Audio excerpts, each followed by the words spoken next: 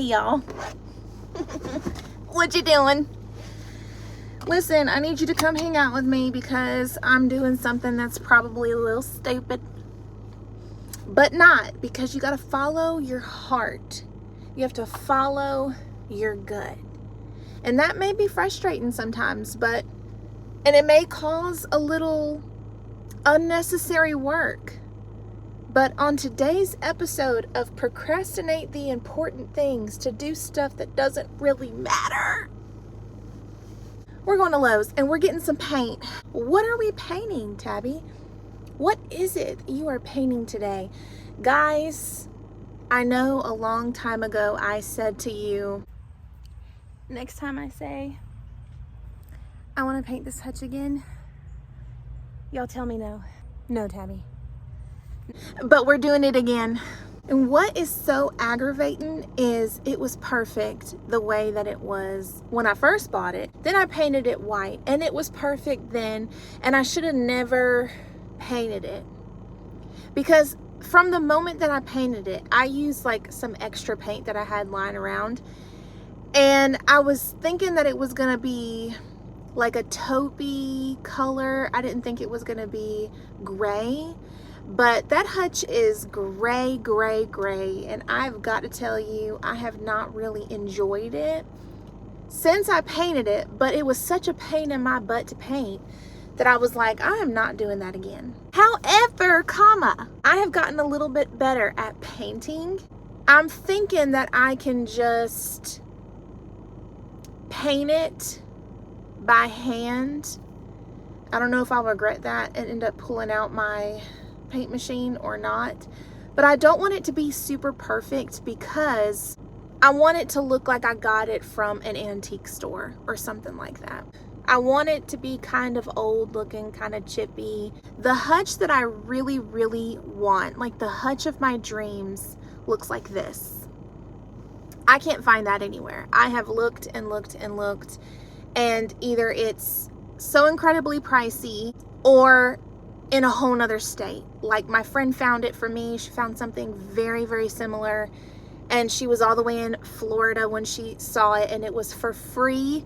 And unfortunately she was not able to bring it home with her because there was no room for her to bring it home. And so now I'm just kind of stuck using what I have and transforming what I have to make it what I want it to be. And I am drawn to those primitive style type hutches, but if it's not that natural wood tone, this is the type of hutch that I am drawn to. Here we go again. I'm gonna go get some pure white paint from Lowe's and some extra rollers because I already have some of the stuff that I need to paint.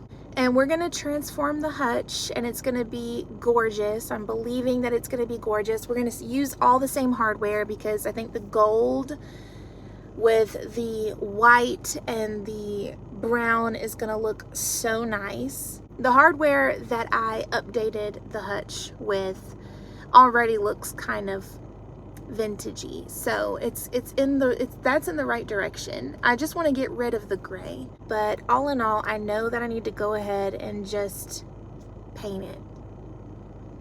And now is the perfect time, right before spring decorating, so let's do it. Come on, let's go.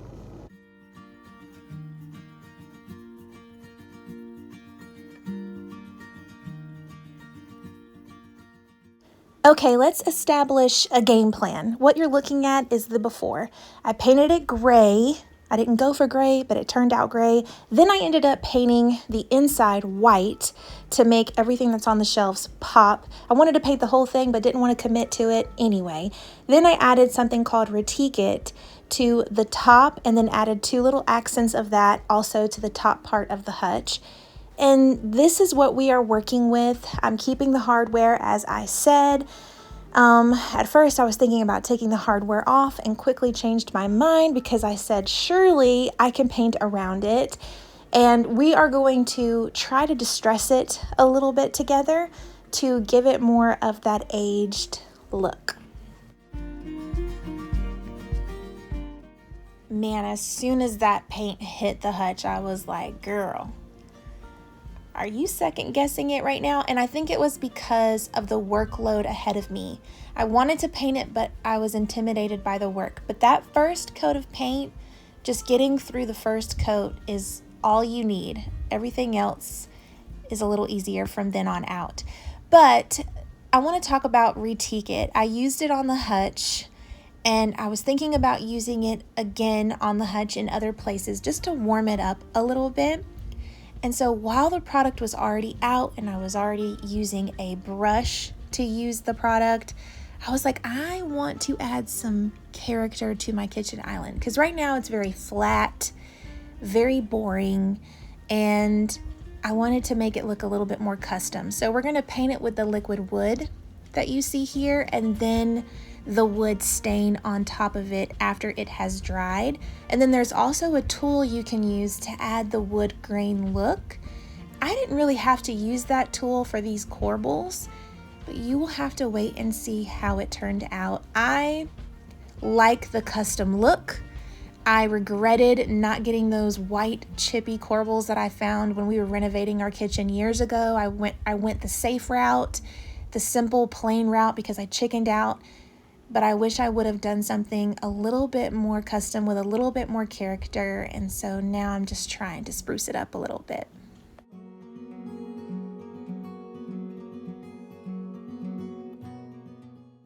Y'all, I was cracking up because I was starting on the top part of the hutch, the top piece, and I thought it was hilarious that I was painting this hutch the same color it was before I painted it gray, after saying I would never do it again. I'm just a hilarious person. Anyway, this Retique It stuff. I don't think I mentioned this before, but this product is meant to be helpful for those who don't want to sand or strip. I don't know why these words do not want to come out of my mouth, but I'm going to just keep going. Sand or strip your products, your furniture, before use. I have done so much to this hutch that I didn't want to do any of that. I don't want to sand it. I don't want to put that citrus strip on there. I just want to add a little bit more of it to the top portion to make it look like a chunky piece of wood right there at the top of the hutch to tie in more of the bottom. And I think that that was probably the best move as far as adding the Retique It to the hutch.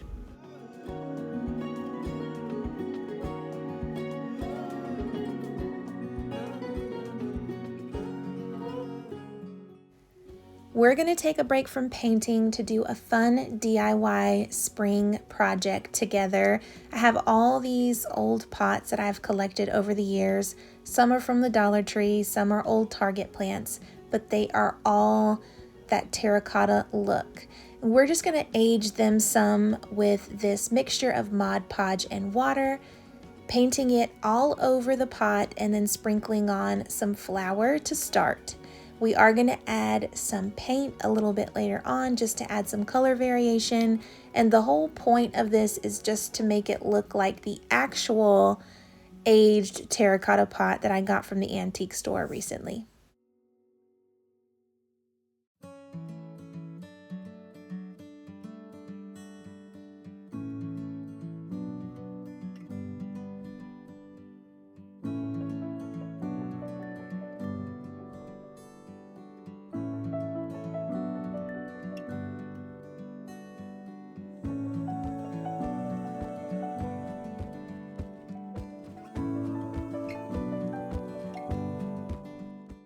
Now you're going to want to let these dry completely overnight, and in the morning you'll be able to dust off that excess flour, and then you can add your paint. So I started with brown and white, and that was really all that I got on film, but I did end up adding just a teensy bit of black and green just to add a little bit more depth.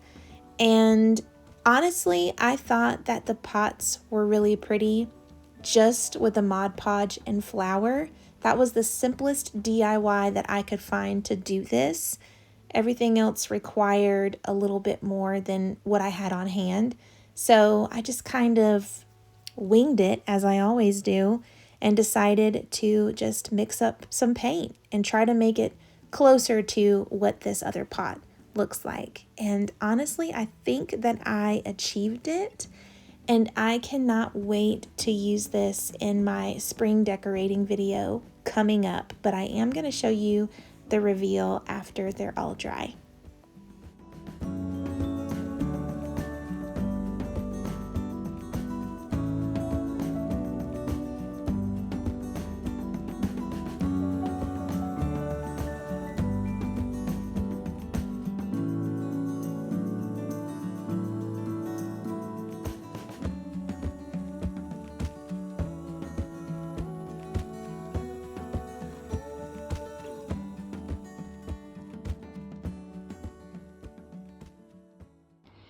Hello and welcome to the chaos that is my life right now.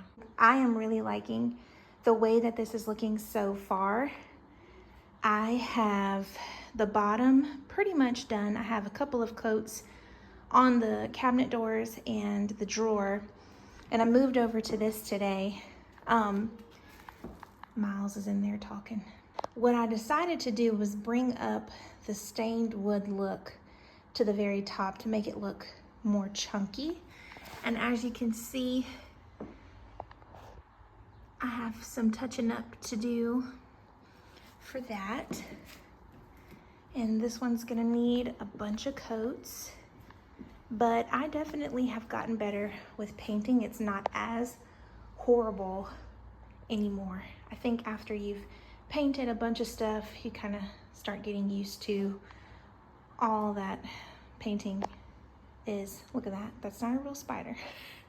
Don't worry, I live in a house full of boys. So not only did I decide to stain this top part and make it look like a big chunk of wood up there, this has always been there, these two stained parts. I wanted to stain the corbels on my kitchen island just to kind of make them stand out a little bit and make it look a little bit more custom. So I will show you guys that in a little while.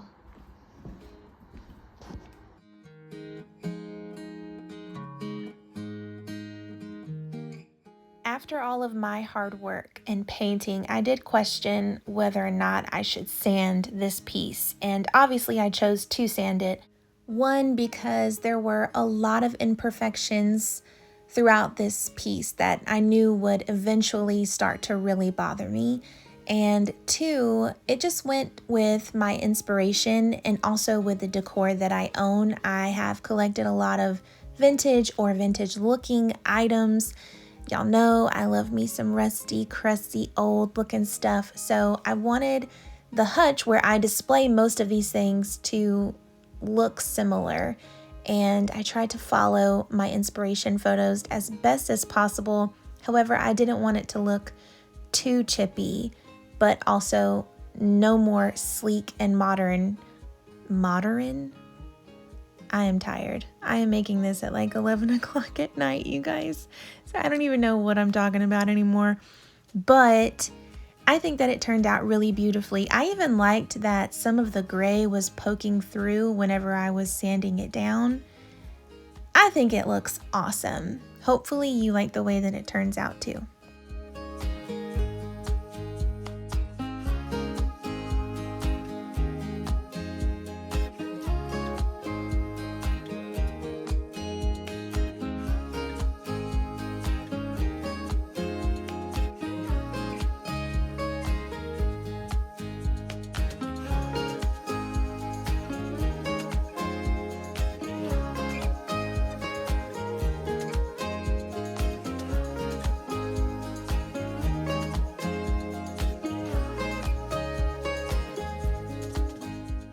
Because I got a little bit of paint on the hinges, I did want to go over them just a tad with some rub and buff to conceal my mistakes and make it look just a little bit better.